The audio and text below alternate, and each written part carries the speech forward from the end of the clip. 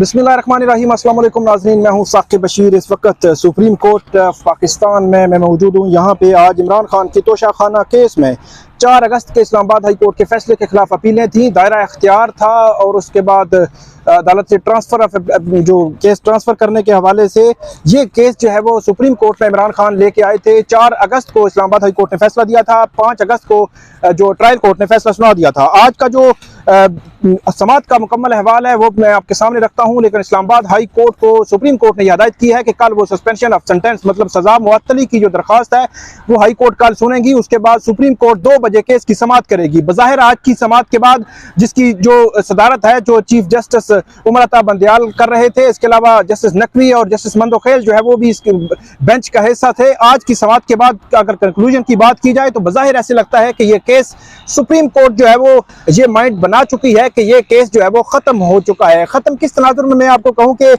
जो मुख्तलिफ जो इससे कबल जो वीडियोज़ थी 5 अगस्त के फैसले के बाद मुख्तलिफ वीडियोज़ में मैंने आपको बताया कि इसमें इतने जो है वो एरर हैं इस जजमेंट में, किसी मौके पर भी ये बरकरार नहीं रह सकेंगे। आज की अगर बात की जाए तो आज की पूरी समाअत का अहवाल तो आपके सामने रखता हूँ, लेकिन आज 2 घंटे समाअत हुई और 2 घंटे की समाअत में तकरीबन पौने 2 घंटे जो जस्टिस मंदोखेल हैं उनका ये व्यू था कि ये मामला हाई कोर्ट में क्योंकि पेंडिंग है, हाई कोर्ट को ये भेजा जाए और हाई कोर्ट इस मामले को देखेगी।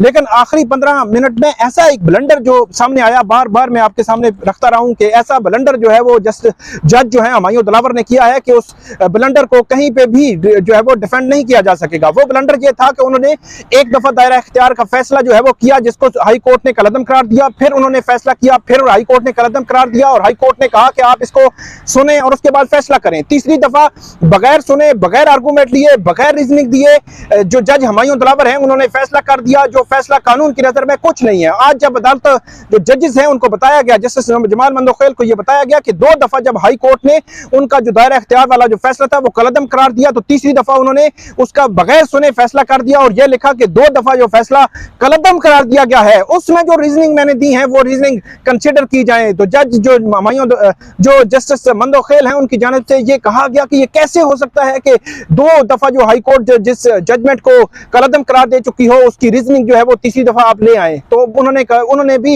ये माना और उसके बाद इसी वजह से ये फैसला आया है। बज़ाहिर सुप्रीम कोर्ट जो है वो उनकी जानिब से बड़ा वाज़ेह तौर पर यह कहा गया है कि बादियुन नजर में इस केस के फैसले में बहुत ज्यादा गलतियां हैं, बहुत ज्यादा एरर हैं। आज की समाअत की अगर मैं बात करूं, सीधा पॉइंट्स में आपके सामने रखूंगा। 2 घंटे की समाअत थी, बड़ी इंपॉर्टेंट जो है वो आज की समाअत थी। शुरू में अदालत की जानिब से अदालत को बताया गया कि 3 किस्म की पिटीशंस हैं इस मामले में। जो लतीफ खोसा हैं वो आज अदालत के सामने पेश हुए। ख्वाजा हारिस जो है उनकी जानिब से बैरिस्टर गोहर का ये कहना है कि उनकी तबीयत ठीक नहीं है, वो इसलिए अदालत के सामने नहीं आ सके। तो खोसा जो लतीफ खोसा हैं उनकी जानिब से अदालत के सामने बताया गया कि ये केस क्या है, इसका बैकग्राउंड क्या है।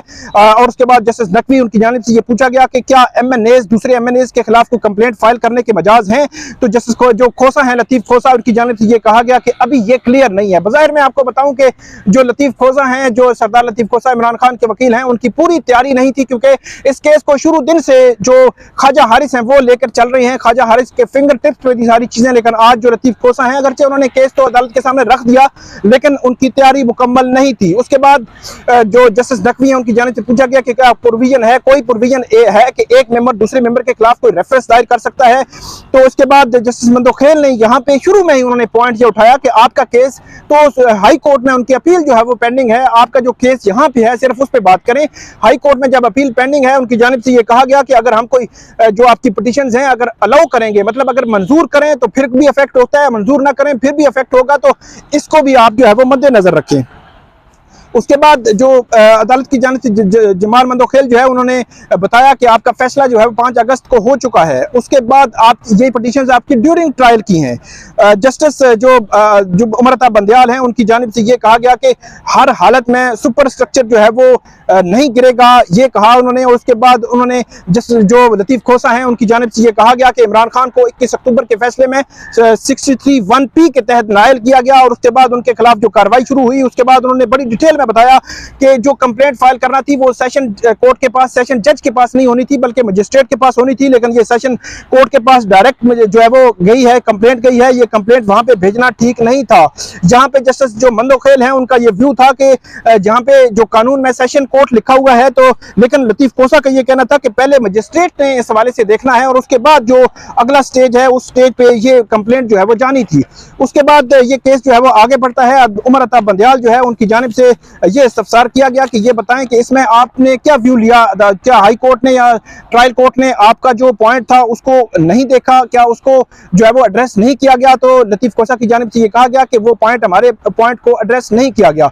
जो जस्टिस नकवी है उनकी जानिब से ये कहा गया कि सूबाई हुकूमत जो है वो मजिस्ट्रेट के हवाले से सूबाई हुकूमत की एक अथॉरिटी होनी है, फिर उसके बाद जरूरी है कि सूबाई हुकूमत का नोटिफिकेशन भी हो और उसके बाद मजिस्ट्रेट ने ये मामला देखना। ये कानून की नज़र में उन्होंने कहा कि आपका ये केस जो है वो आप ये कह रहे हैं जो 193(2) की जो है वो अदालत ने कहा कि उसको पढ़े। 190 की जो सब क्लास 2 है CRPC की, उसको जो है वो पढ़ा गया।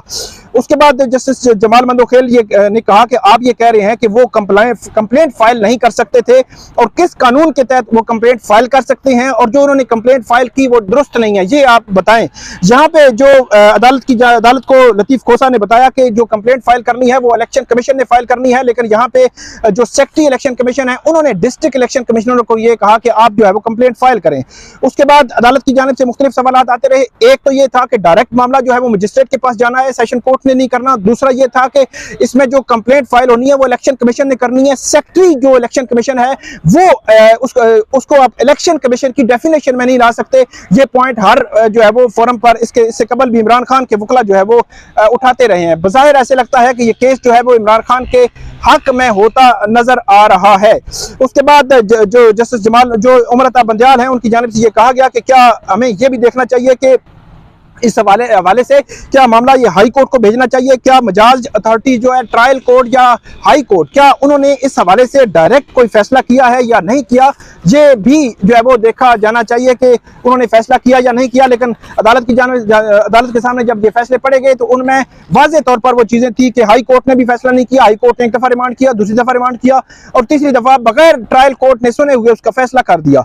ये चीज़ जो है वो बज़ाहिर जो इमरान खान के वकला और इमरान खान की जो लीगल टीम है लतीफ कोसा उनके हक में गई, जिसको जस्टिस जमाल मंदोखेल ने भी एक्सेप्ट किया। और जस्टिस जमाल मंदोखेल ने यह कहा कि ये कैसे हो सकता है कि बगैर उसको देखे सुने जो है वो उसका फैसला कर सकते हैं, और उसमें जल्दी क्या थी। उस ये भी पूछा गया अदालत की जानिब से कि ये बताएं कि 1 बजे जो 1 अगस्त को जब इमरान खान की जानिब से स्टेटमेंट रिकॉर्ड हुई 342 की, उसके बाद फैसला कब हुआ। उन्होंने कहा 5 अगस्त को। उन्होंने कहा कि 5 अगस्त से जो है वो तक क्या जो है वो सारा टाइम दिया जा सकता था। अगर जो इसमें उनकी जानिब से ये कहा गया कि अगर 7 दिन जो है वो प्रोसिक्यूशन या डिफेंस साइड को दिए जाते हैं तो दूसरी तरफ जो अक्यूज है उसको भी 7 दिन जो है वो दिए जाने चाहिए थे कानून की नजर में, क्योंकि जब स्टेटमेंट रिकॉर्ड हुई फिर डिफेंस उनका नहीं लिया गया, उनको सुना नहीं गया, उनको सुने बगैर ही उसका फैसला कर दिया गया। जस्टिस जो एक लम्हे पर जो जस्टिस उमर अता बंदियाल हैं वो काफी जज्बाती भी हुए। उन्होंने पूछा कि इमरान खान इस वक्त किधर हैं। उनके बताया गया कि वो जो जेल में है। ये भी बताया गया कि वो 5 अगस्त से लेकर आज 23 अगस्त तक जो है वो जेल में है। तो यहाँ पे अदालत जो है वो जज्बाती हुए उमर अता बंदियाल। उनकी जानिब से ये कहा गया कि ये कैसे हो सकता है कि एक केस का फैसला ही नहीं हुआ, इसमें गलतियां जो है वो अदालत के सामने आई हैं। और जस्टिस जमाल मंदोखेल ने भी ये कहा कि 5 अगस्त को 3 दफा केस कॉल किया गया। क्या जल्दी थी जज साहब को कि उन्होंने उसी रोज ही इस मामले को देखा, और क्या उन्होंने जो सवालात रखे थे इस्लामाबाद हाई कोर्ट ने अपने फैसले में कि आपने कोई भी दायरा इख्तियार तय करते हुए इन तमाम सवालात को मद्देनजर रखना है, तो उन तमाम सवालात को उन्होंने मद्देनजर क्यों नहीं रखा। ये वो सवाल था जिस सवाल का कोई जवाब नहीं था। जो इलेक्शन कमीशन के लॉ ऑफिसर थे वो अदालत के सामने आए। उसके बाद अमजद परवेज भी अदालत के सामने आए। अमजद परवेज ने भी तस्दीक की कि जो 2 दफा और 2 दफा जो है वो कलअदम करार दिया गया फैसला, तीसरी दफा जब उसका फैसला किया गया कि उसमें कोई रीजनिंग जो है वो नहीं दी गई। जो मैं शुरू दिन से कह रहा हूं कि बज़ाहिर वो जो रीजनिंग नहीं दी गई, फैसले कलअदम करार दिए हाई कोर्ट ने। इसके बावजूद जो जज हैं हुमायूं दिलावर, उनकी जानिब से जो फैसला हुआ ये जो है वो बहुत जो आगे जाकर इमरान खान को जो है वो इस हवाले से फायदा देगा। और आज हमने देखा कि सुप्रीम कोर्ट में वाज़ेह तौर पर जस्टिस नकवी भी नहीं है। कहा कि दो जो अदालतें हैं, आला अदालतें हैं, हाई कोर्ट है और सुप्रीम कोर्ट, उसके वाज़े अहकामात की खिलाफ वर्जी की है जज जो है ट्रायल कोर्ट के जज ने। इसके अलावा जस्टिस उमर अता बंदयाल ने भी यही बात की और उसके बाद जस्टिस जमाल मंदोखेल भी आखिर में इस बात पर एग्री हो गए कि वाकई ही इस केस में बहुत सारी गलतियां हैं, बहुत सारे एरर हैं जिसको सुप्रीम कोर्ट अब जो है वो देखने जा रही है। ये थी आज की प्रोसीडिंग। 2 घंटे पर एक तवील प्रोसीडिंग थी जिसमें इमरान खान के केस का फेट जो है वो जो सुप्रीम कोर्ट जो है वो डिसाइड करने जा रही है।